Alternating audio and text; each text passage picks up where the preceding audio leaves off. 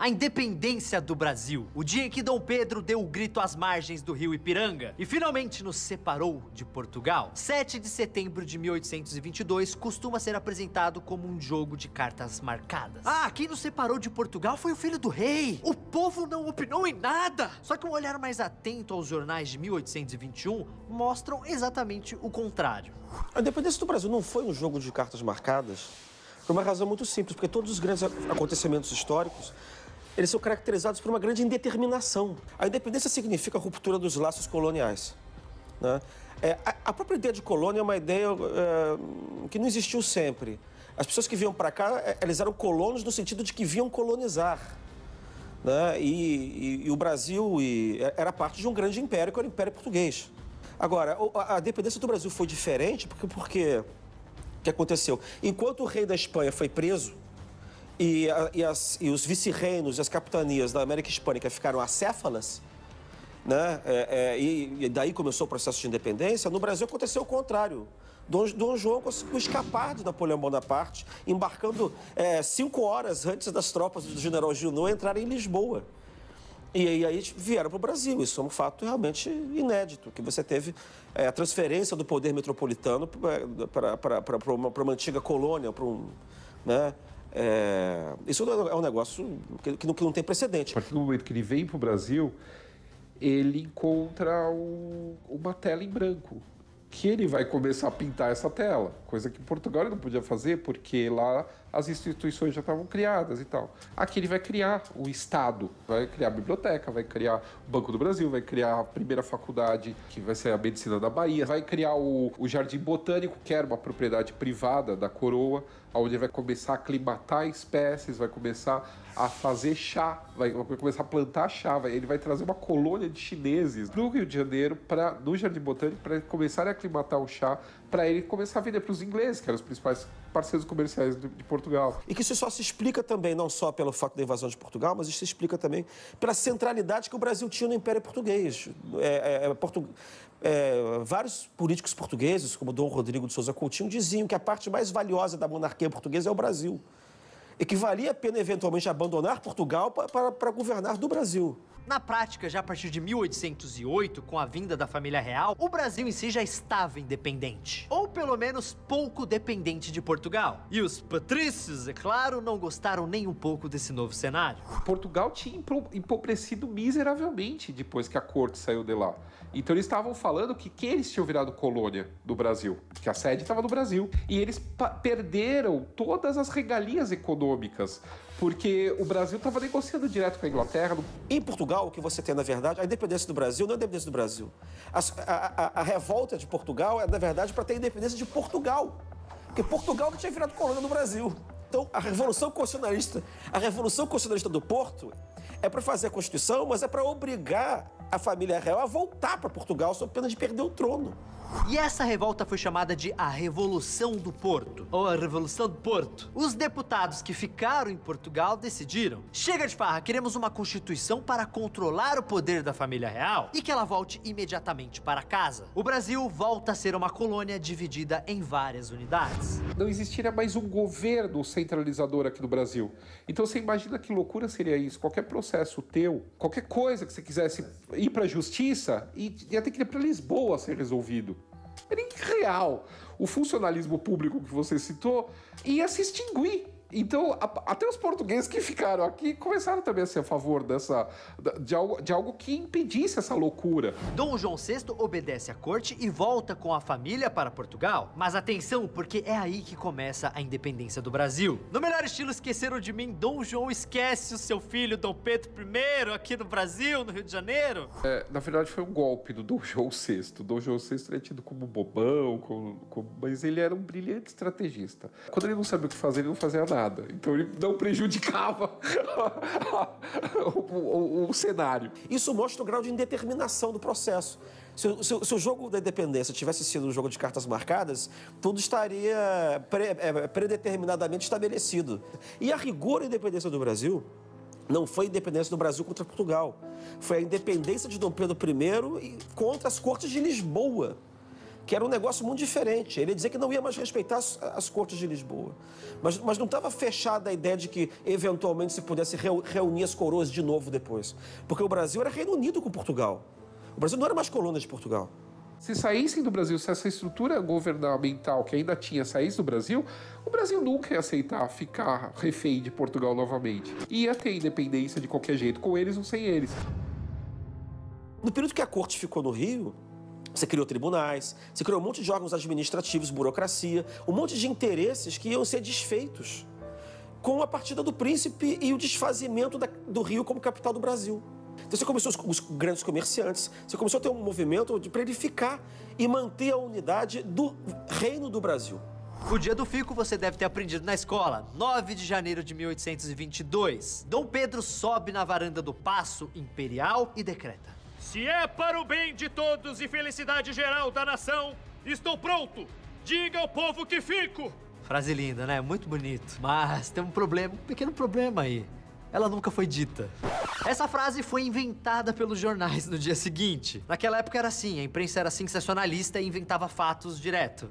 Naquela época. A verdadeira frase foi muito mais política, veja só. Convencido de que a presença de minha pessoa no Brasil interessa ao bem de toda a nação portuguesa, demorarei a minha saída até que Portugal e meu augusto pai decidam a esse respeito. Só que essa frase, muito mais, contida, mostram duas coisas muito importantes. Uma é que havia muita pressão popular para que Dom Pedro ficasse no Brasil. E a outra é que no ano de 1822 foi um ano de intenso debate na sociedade. A independência que viria a acontecer no dia 7 de setembro foi fruto também de uma vontade popular. Elite e povo juntos com projetos de independência. Só que o Brasil tem medo depois de ficar subordinado de novo a Portugal. E é do atrito das cortes de Lisboa com o príncipe é que você tem essa proclamação de independência que é mais ou menos. Essa independência cidadã tem data, local e cenas conhecidas e comemoradas até hoje. Só que também não foi muito bem do jeito que você conhece, ou aprendeu, já esqueceu e vai lembrar agora. A gente se acostumou a ver a cena da independência vendo Dom Pedro I como Tarcísio Meira, que era o famoso Independência ou Morte, um filme de 72, que a gente via exaustão na televisão. E, na verdade, não. Durante todo o caminho, Dom Pedro veio parando, porque a diarreia pegou ele de jeito e ele tinha que se aliviar o tempo todo, sempre procurando uns arbustos, A comitiva saía um pouco de lado e ele continuava a viagem. Não, tem gente que encontra aqui, olha, 7 erros nessa imagem, Dom Pedro I não estava com essa espada aqui, Dizem que ele não estava com espada nenhuma quando ele deu o grito do Ipiranga. Que, na verdade, os historiadores dizem que foram 2, E aí, depois, ele reuniu a tropa, que não era desse tamanho. E aí a gente pode dizer que esse é o segundo erro. Ele aí disse o famoso Independência ou Morte, O famoso grito. Ele não viajava com um cavalo tão bonito assim. Na verdade, eles estavam vindo de Santos e nesse tipo de viagem, uma viagem de 70 quilômetros, eles usavam as mulas, mas não ficaria bem uma mula aqui no quadro. Como era também uma viagem longa, ninguém, a guarda, as pessoas da comitiva não viajavam com roupas aqui de veludo, com roupas tão chiques, eram roupas de algodão para suportar ali o calor. A Casa do Grito também não existia nessa época, ela não fazia parte da paisagem, ela aparece depois. A gente vê aqui os cavalos quase tocando o Riacho do Ipiranga. Na verdade, o grito, o Independência ou Morte, ele foi dado muito próximo ao Riacho do Ipiranga, mas a 400 metros de distância, então ele não apareceria aqui. A imagem mostra também que tem mulheres, crianças, nada disso. O Pedro Américo tentou retratar aqui que foi uma ação popular, um gesto popular, mas não tinha mulher, não tinha criança nessa cena, não tinha tanta gente, A comitiva era bem menor. O próprio Pedro Américo, ele se pinta aqui no meio e ele não estava aqui, ele não era nem nascido nessa época. Então, são coisas aqui que, olha, você pode recorrer. Se multaram algum cavalo aqui por excesso de velocidade, você pode recorrer, porque essa imagem não é verdadeira. Com vocês, o History apresenta ao Brasil o verdadeiro quadro da independência. Tira daí, é outro, vira.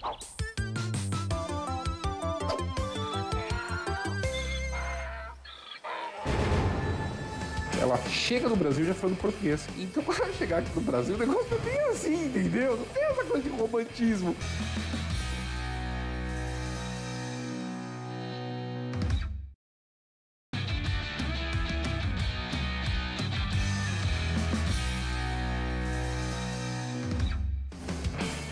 Portugal tinha empobrecido miseravelmente depois que a corte saiu de lá.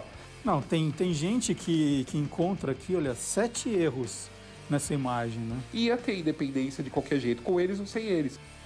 Dom Pedro I era casado com a Imperatriz Leopoldina, também conhecido como uma linha do trem de São Paulo. Mas você sabe quem era Dom Pedro e Leopoldina? Este casal emblemático imperial do Brasil? A educação que foi desleixada, foi uma coisa capenga do Dom Pedro I, que ele vai se ressentir.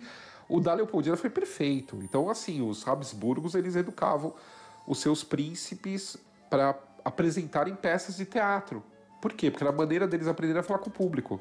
Sabe? Tinha todo uma coisa e ancestral. Era uma coisa que já vinha da família sendo trabalhada há anos. Acho que é uma das figuras mais importantes da história do Brasil, principalmente como mulher. E ela teve uma formação rígida, que foi a formação de uma das casas reais europeias mais severas, que são os Habsburgos, mas é severa no sentido de formação de pessoa, de formação de caráter. A educação dela era muito superior à dele. Para você ter uma ideia, quando você começa a aventar a possibilidade de ela casar com ele, ela já começa a aprender português. Ela chega no Brasil já falando português. Então, era muito sério o negócio, sabe? Era levado a sério a questão da educação. A dona Leopoldina, ela, apesar, né, de ser sobrinha em 2º grau da Maria Antonieta, mas ela era quase o oposto, ou seja, ela não vai nunca ser lembrada como uma mulher vaidosa. Entretanto, era uma amante da ciência. Eu até chamo, né, a dona Leopoldina, talvez, de mãe da ciência no Brasil. Ela até se intitulava assim de uma cientista amadora, só que eu adoraria ser uma cientista amadora como ela foi. E então ele, como o futuro rei de Portugal, vai fazer com que, por exemplo, se ele não quiser estudar, ninguém vai obrigar ele a estudar. Então, tinha dia que ele não tava afim.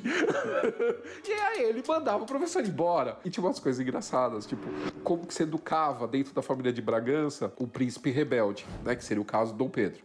Você teria um amigo desse príncipe que apanharia por ele. Mentira. Então, por exemplo, o Dom Pedro teria então um amigo que esse amigo apanharia por ele, e aí ele ficaria com dó que esse amigo vai apanhar, e aí ele seria mais comportado, né? Eles eram tão displicentes que quando Dom Pedro II nasceu, Dom Pedro I pegou nos braços, mostrou para o irmão, para o Dom Miguel, e disse assim, ó, esse aqui vai ser o primeiro bem educado da família.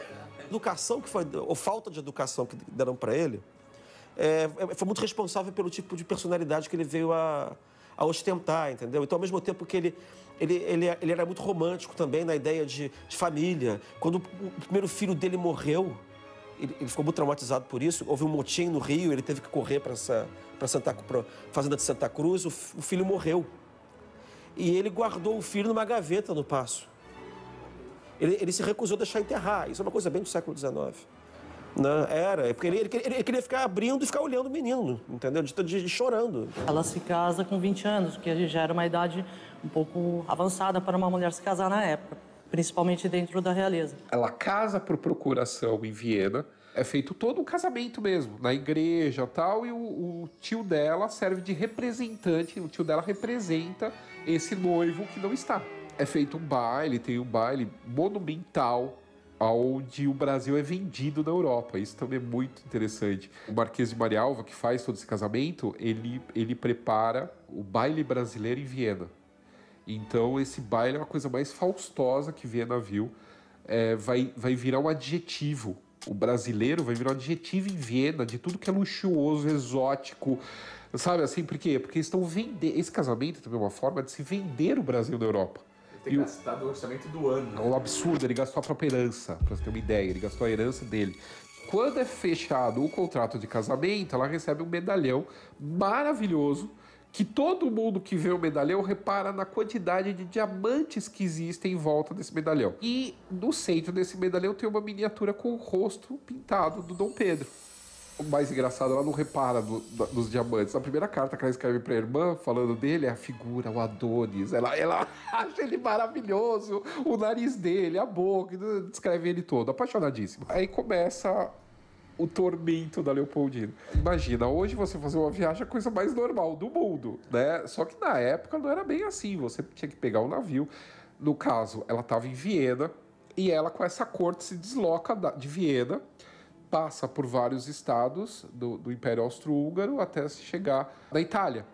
E lá na Itália ela vai conhecer Veneza com a irmã, ela vai para Pisa, ver a torre. Ela vai curtir o turismo, porque ela está esperando os navios virem pegar ela para atravessar o Atlântico. Olha, foi um dia de muitas surpresas.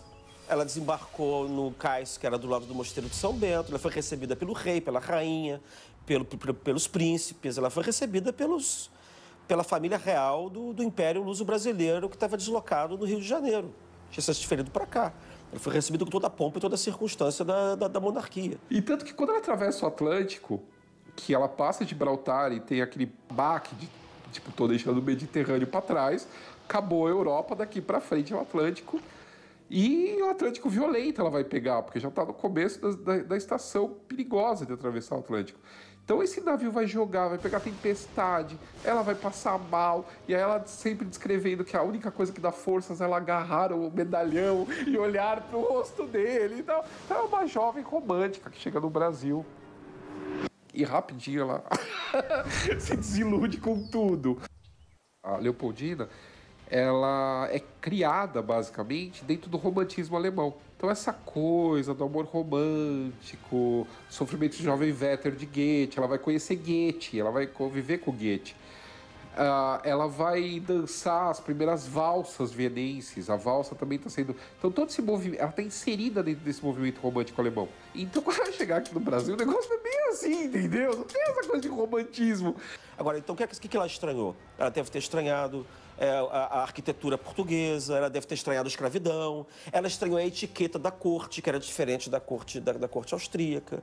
Ela estranhou... Mas tudo isso que ela estranhou, Dom João também estranhou quando chegou, e a Carlota Joaquina, rainha de Portugal, também achou muito estranho. Um monte de mosquitos, a escravidão, enfim, tudo o cenário brasileiro, eu diria ibero-americano, que era muito diferente do europeu. O calor. Então, lógico que ela vai ter esse contato, fora que ela vai ter um Rio de Janeiro também com vários problemas, né, de estrutura, né, até mesmo de higiene, de tudo. Então, isso, lógico, que a magoou. Além do que o próprio clima, né, o calor. Não devia ser fácil. Bem diferente do clima da Áustria, né? Era o marido pelo qual ela estava apaixonada, era a época do romantismo, ela recebia... Ela estava encantada, porque diziam que ele era muito bonito. Todo mundo diz que ele era muito bonito. Agora, eu acho estranho como é que ele podia ser tão bonito assim, sendo filho de um par tão feio quanto eram Dom João e Dona Carlota Joaquina, que era uma, né, parece que eles eram muito feios. Eu não sei como é que ele sai bonito. Então, eu não sei se Dom João e Carlota não eram tão feios ou se Dom Pedro não era assim tão bonito. E ela se apaixona por ele, claro, e ele inicialmente também. Ele nunca foi fiel, né? Isso a infidelidade dele era uma coisa absurda, e ela vai sofrer muito por causa disso. Sim, ele não era um marido fiel. E ele não mantinha as aparências, que era o pior, porque infiéis eram todos. Toda aristocracia é infiel. Por que toda aristocracia é infiel? Porque todos os casamentos são arranjados. Tá? São todos os casamentos arranjados entre as famílias importantes, entre famílias aristocráticas, para conseguir manter o padrão de vida aristocrático. Tá? Isso, e no caso das famílias reais, isso era mais forte ainda, porque eram laços dinásticos que tinham a ver com as políticas dos seus respectivos reinos. Então, a questão era manter a aparência. Você respeitar o outro, né? E acho que Dom Pedro estava habituado, na verdade, a ter um tipo de liberdade que... Enfim, houve um problema sério que foi a Marquesa de Santos.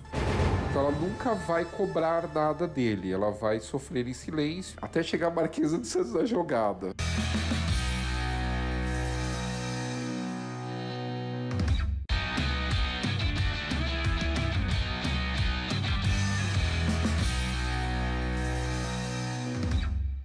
Não, a questão era manter a aparência.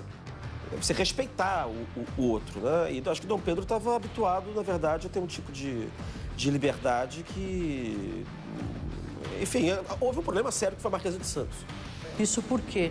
Porque foi um relacionamento que se tornou público. Pior, ele deu cargos para ela, inclusive cargos de confiança junto à dona Leopoldina. Isso era uma afronta. Então ela nunca vai cobrar nada dele, ela vai sofrer em silêncio porque sabe que ela é a esposa oficial e que ele sempre vai estar do lado dela. Pois bem, até chegar a Marquesa de Santos na jogada. Dom Pedro I, quando estava em São Paulo proclamando a independência, conheceu essa paulistana bela, a Domitila de Castro Canto e Melo. E que depois ele deu o título de Marquesa de Santos, que é muito mais fácil do que falar Domitila de Castro e Melo.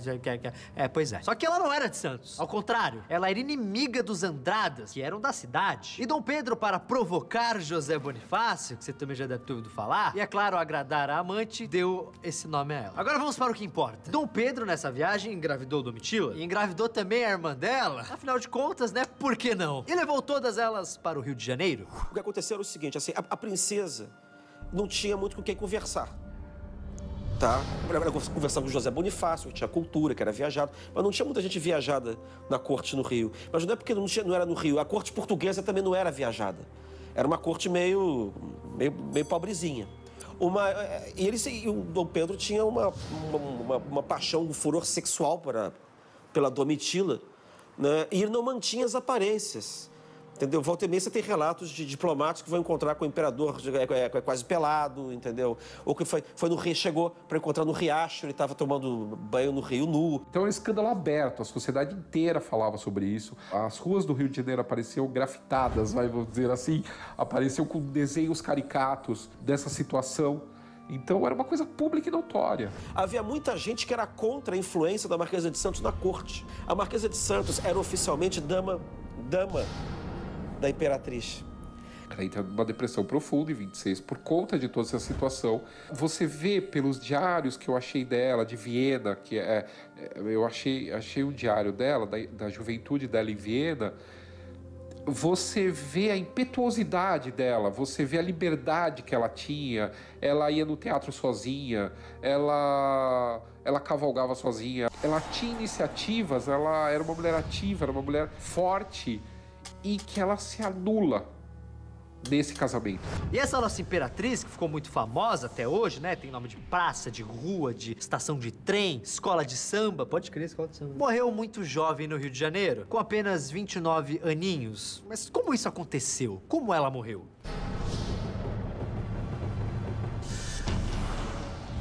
O que aconteceu? Depois que ela morreu, ela era uma pessoa querida pelo povo.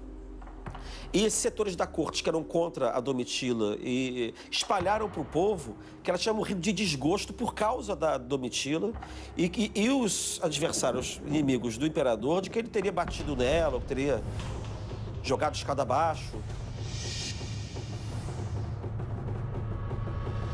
Mas, a bem da verdade, o que o Dom Pedro faz?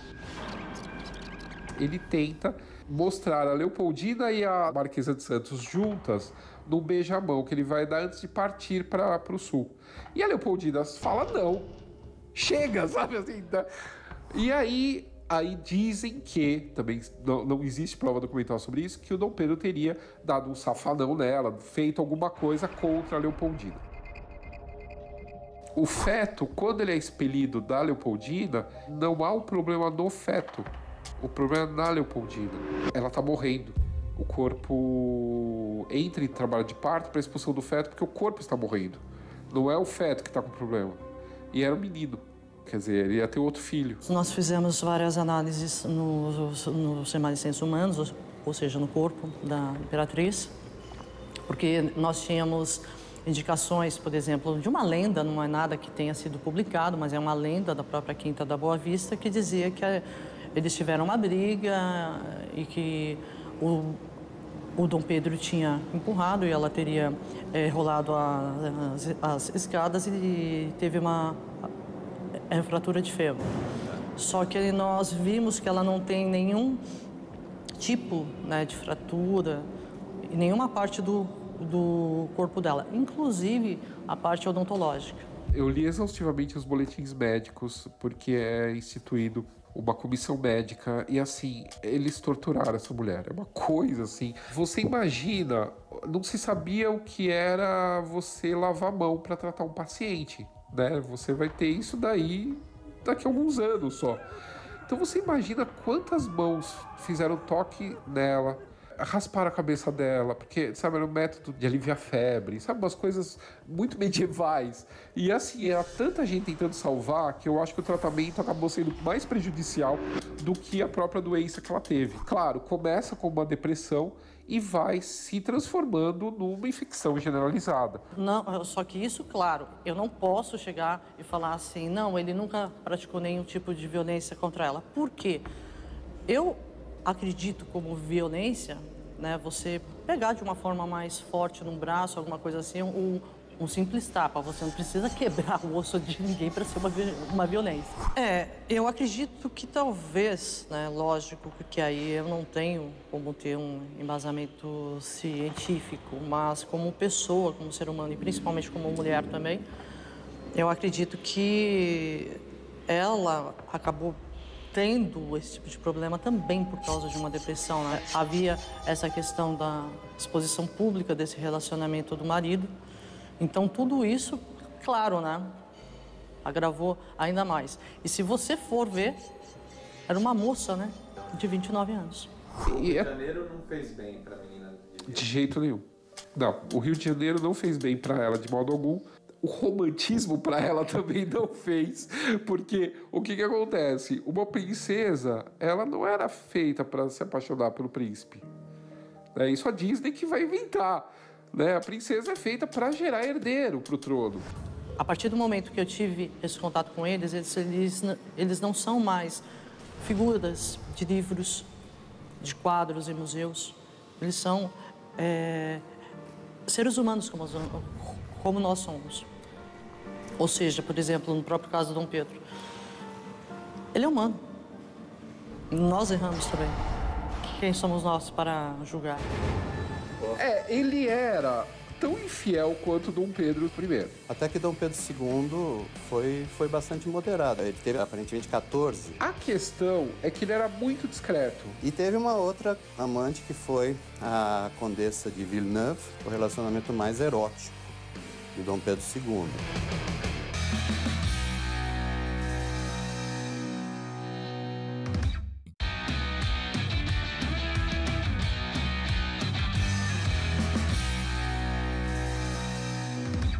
Dom Pedro II, o homem que dominou o Brasil por mais tempo. Estudioso, viajado e também muito curioso, foi um dos homens mais inteligentes que já passou aqui pelo Brasil e entrou para a história por viver entre os livros. Qualquer mulher que queria se aproximar do Dom Pedro falava que queria conhecer a biblioteca dele. Aí levava a biblioteca. Quer dizer, até para fazer sexo ele usava...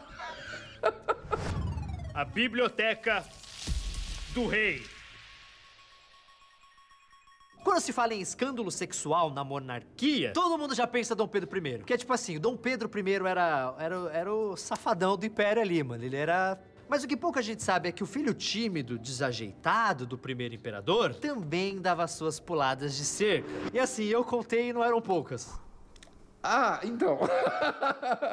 ele era tão infiel quanto Dom Pedro I. Talvez mais, até. A questão é que ele era muito discreto. Comparado com os outros monarcas da época e de outras, até que Dom Pedro II foi bastante moderado. Ele teve, aparentemente, 14 relacionamentos extraconjugais, né? Comparando ao Napoleão, que reinou por muito menos tempo e teve 50... Mas ele foi o que nós chamaríamos hoje de um come quieto, né? Ele era muito consciencioso dos seus deveres, ele era mais do que o seu augusto pai, Dom Pedro I. Ele preservava a imagem da monarquia. A imagem da monarquia era muito importante para ele. E ele era a imagem da monarquia, ele representava a monarquia. Então ele era muito cuidadoso, muito discreto, né, com seus relacionamentos. E a única coisa Isso também ele pegou do pai. Era a sovinice dele, porque ele não ajudava nada os amantes. Dom Pedro II, não confundir com o primeiro, era casado com a imperatriz Teresa Cristina. Essa não tem nome de estação, não deve ser tão famosa. E o casamento durou a vida toda, mesmo porque não tinha essa história de divórcio, né? Eles ficaram casados por quase 50 anos. Só que nesse tempo, né, o nosso imperador intelectual, ele deu as suas escapadas, tá ligado? Tipo, traiu mesmo. O mais célebre, o mais importante relacionamento extraconjugal de Dom Pedro II foi com a Condessa de Barral. Durou mais de 30 anos esse relacionamento e era uma mulher cujo nível intelectual se equiparava ao dele, né? Ela era uma mulher muito culta, viajada, e as cartas deles são, assim, tem muita troca intelectual, né?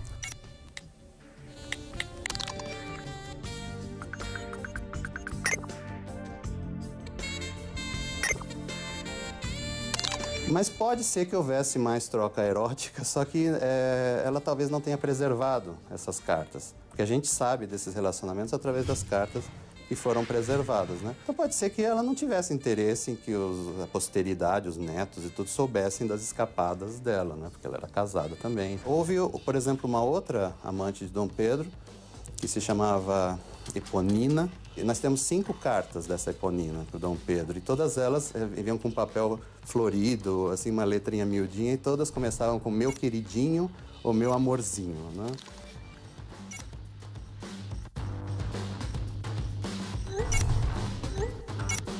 E teve uma outra amante que foi a Condessa de Villeneuve.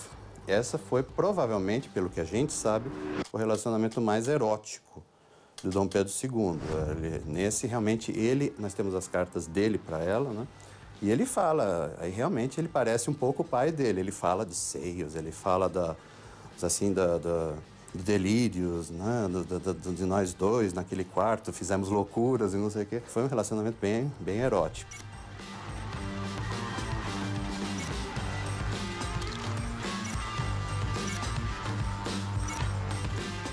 Ela era 9 anos mais nova que ele, e ele já tinha quase 60, né? Então, um homem maduro daquele jeito, tendo aqueles extravasamentos românticos, eróticos, é incrível.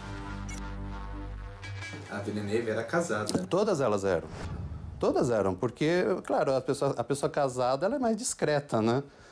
Uma pessoa solteira poderia até depois chantageá-lo, alguma coisa assim. Não, ele era cuidadoso. Ele era cuidadoso, inclusive, na escolha das amantes. Então era o marido que tinha que manter a amante na corte. Então o marido que tinha que bancar essa história toda, entendeu? Você pesquisando a fundo o Segundo Reinado, você encontra coisas meio absurdas e fala, como é que ninguém fala sobre isso? Né? Tem um caso que é do roubo das joias da coroa. Tem uma festa no Paço Imperial, baile, tem uma festa de aniversário, e aí elas deixam as joias dentro de uma caixa no Palácio São Cristóvão. Então elas saem do Paço, vão para o Palácio São Cristóvão, se trocam, deixam as joias e sobem para Petrópolis. Quando elas voltam, as joias sumiram. A lata de joias sumiu do Palácio São Cristóvão. É aberto um inquérito, né? É feita uma investigação sobre as joias que sumiram. Descobrem a lata enterrada dentro de uma propriedade, no lamaçal, num sítio dentro da propriedade de São Cristóvão, e esse sítio era de um ex-funcionário do Dom Pedro II. E o Dom Pedro pega e manda abafar o caso. Ele é uma das pouquíssimas vezes que você vê o Dom Pedro II interferindo em algo administrativo. Só que o Dom Pedro pediu para que ele não fosse punido, apesar de que ele foi pego, né, assim, em flagrante, praticamente. Aí eu falei, mas que diabo, né? Aí eu comecei a investigar nos jornais da época. E aí surge, uma das primeiras vezes, a expressão mar de lama. Por quê? Porque se encontra na lama as joias, e porque esse tal lacaio, que havia sido mandado embora já do palácio, morava de favor numa das casas da propriedade deles, havia sido suspeito de roubo já antes, só que o Dom Pedro continua protegendo ele. Por quê? Porque ele era o confiteiro do Dom Pedro. ele arranjava encontros amorosos para Dom Pedro II, então ele poderia estar chantageando. Ele sabia dos casos, sabia de tudo. Então o cara era o arquivo vivo das infidelidades. Era o bibliotecário do rei. Então, quer dizer, você vê que o negócio existia, entendeu? Em todos os ramos da família. E pelo que a gente viu, ficou claro que Dom Pedro II era um rapaz que, né, vivia ali entre os livros, né, suando nos livros. Exatamente, né? Mas entre um livro e outro, ele se divertia.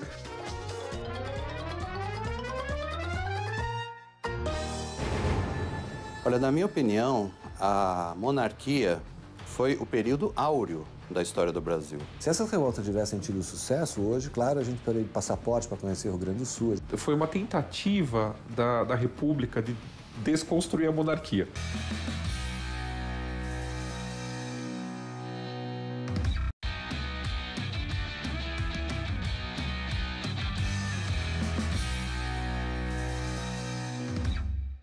Ele era tão infiel quanto Dom Pedro I. Até que Dom Pedro II foi bastante moderado. Ele teve aparentemente 14. A questão é que ele era muito discreto. E teve uma outra amante que foi a Condessa de Villeneuve, o relacionamento mais erótico do Dom Pedro II.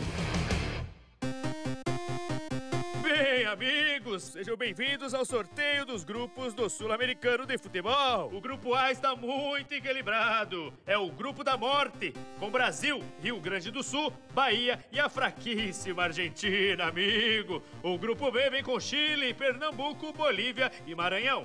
E assim seria a América do Sul se não fosse a monarquia brasileira. Olha, na minha opinião, a monarquia foi o período áureo da história do Brasil. A monarquia não afundou o Brasil.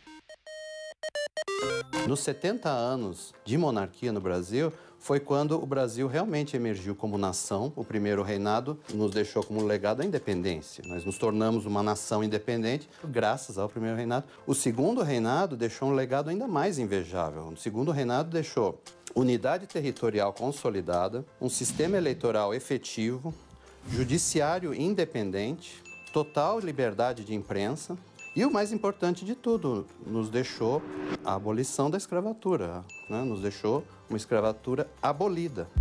Eu acho que existe uma tendência a exagerar a diferença entre república e monarquia na época. O fato do Brasil ter sido organizado como Estado através da monarquia, comparativamente aos outros países, foi benéfico ao Brasil. Entendeu? Porque você diminuiu a resistência a partir do momento em que o chefe de Estado era a autoridade tradicional. Em todos os outros países foi preciso tentar reinventar uma autoridade qualquer que fosse respeitada para acabar com a guerra civil. Esse foi o legado do segundo reinado. Então eu acho que é um reinado fabuloso, né? Comparando com tudo que nós tivemos e temos ainda hoje. Só que isso não quer dizer que só houve maravilhas na época do Império Brasileiro. Inclusive, muitas revoltas surgiram nessa época. E você já deve ter ouvido essa história, né? De diversos estados que queriam se separar do Brasil.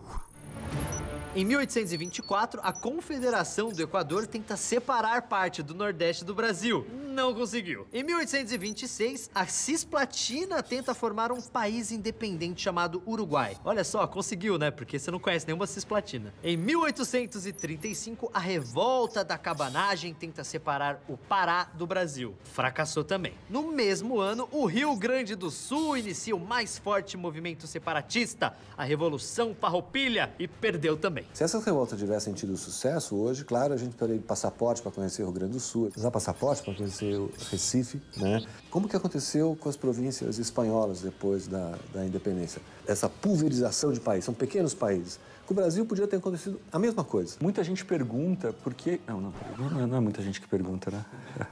Uma grande pergunta sobre o Brasil é por que a gente não se dividiu em diversas pequenas repúblicas, como aconteceu com o resto da América do Sul. Só não aconteceu porque nós tivemos um império com mão pesada, com um grande exército e que sempre soube reprimir, né, essas revoltas regionais, sejam de elite, sejam populares. Em 1837, a Bahia tenta sua emancipação com a Revolta da Sabinada. Não conseguiu. Em 1838, é a vez do Maranhão. A balaiada fracassa também. O Brasil teria sido como as inúmeras republiquetas hispânicas do resto da América do Sul. Havia também grandes blocos, né, de nações que se fragmentaram em vários países pequenos, todos em guerra uns com os outros e dirigidos por tiranetes. Isso teria acontecido com o Brasil também. O Brasil, pelas previsões que alguns historiadores fazem, teria se dividido em 3 blocos, talvez mais. Você não tinha projeto republicano que mantivesse a integridade territorial brasileira. Todos os projetos republicanos até 1870 são todos separatistas. Mas haveria muita guerra. O Império nos poupou disso tudo, né? A República foi proclamada com o objetivo de impedir a democratização plena do Estado e da sociedade brasileira. O último gabinete monárquico, que era o Gabinete Ouro Preto, ele tinha engatilhado um programa de reformas que, se implantado, teria feito do Brasil uma das nações mais modernas do planeta naquela época. Tem muita coisa que não é contada, né? E o que é contado, o que chegou para a gente atualmente, foi uma tentativa da República de desconstruir a monarquia. Foi um golpe de Estado, né? Esse golpe de Estado visava o quê? A implantação de um novo governo, novos políticos, né? E acabar com o Império. Nessa de acabar com o Império, isso não era uma coisa da população, era uma coisa dos políticos que queriam essa mudança, de uma fragmentação desses políticos que queriam essa mudança. Então, para justificar a queda, então começa-se a pintar de maneira negativa os principais personagens do antigo regime. Nada diferente de hoje em dia. Nada, é a mesma coisa. A história se repete, vira caricatura. Então, assim, aí a oligarquia cafeeira, que já estava por aqui, né, com a abolição da escravatura, eles falaram, não, agora chega, a gente vai derrubar esse governo. Então, assim, foram os elementos mais reacionários do Império que se uniram para derrubar a monarquia. Eles se tornaram republicanos. O conselheiro Rodrigues Alves, ele fazia parte do conselho do imperador. Ele era um elemento extremamente reacionário, ele era do Partido Conservador. Ele foi contra a abolição da escravatura até o fim. Quando o Império caiu, ele fez parte da República. Foi o 5º presidente da República. E depois veio Afonso Pena, que também era conselheiro do Império. Então, os elementos mais retrógrados do Império foram os que compuseram a República Nova, né? Então, é por isso que a República foi um desserviço, foi um regresso, na verdade. Esse tipo de monarquia que está na rua hoje, ele historicamente não tem nada a ver com Dom Pedro II. Dom Pedro II não tinha nada a ver com isso. Ele não era ultramontano, ele não era defensor de livre mercado, ele não era autoritário, ele não era conservador. Ele não era conservador. Então, isso não tem nada a ver com a monarquia. A monarquia foi um arranjo excelente pelo qual a gente conseguiu atravessar um período muito difícil de construção de um Estado Nacional quase que do zero, em comparação com os vizinhos sul-americanos, entendeu? Isso não quer dizer que a monarquia pudesse estar aí até hoje. Eu acredito o seguinte, assim, era possível que ela tivesse sobrevivido mais tempo. Era possível ter uma república velha coroada, com a Isabel como imperatriz e tal, se não fosse a questão militar, se a questão militar tivesse sido resolvida. Agora, o Império ia enfrentar outro problema na década de 20. A década de 20 é uma crise do liberalismo que põe, inclusive, as monarquias europeias em perigo. As monarquias europeias caem todas depois da Primeira Guerra Mundial. A monarquia portuguesa cai em 1910. A monarquia ia ter que virar fascista para ficar no poder. Entendeu? Ela não teria sobrevivido, quanto mais na América. Bom, eu acho que é porque o brasileiro ele não tem muitos modelos para seguir. E, assim, foi o Brecht que disse numa das peças dele, pobre do povo que precisa de heróis, né?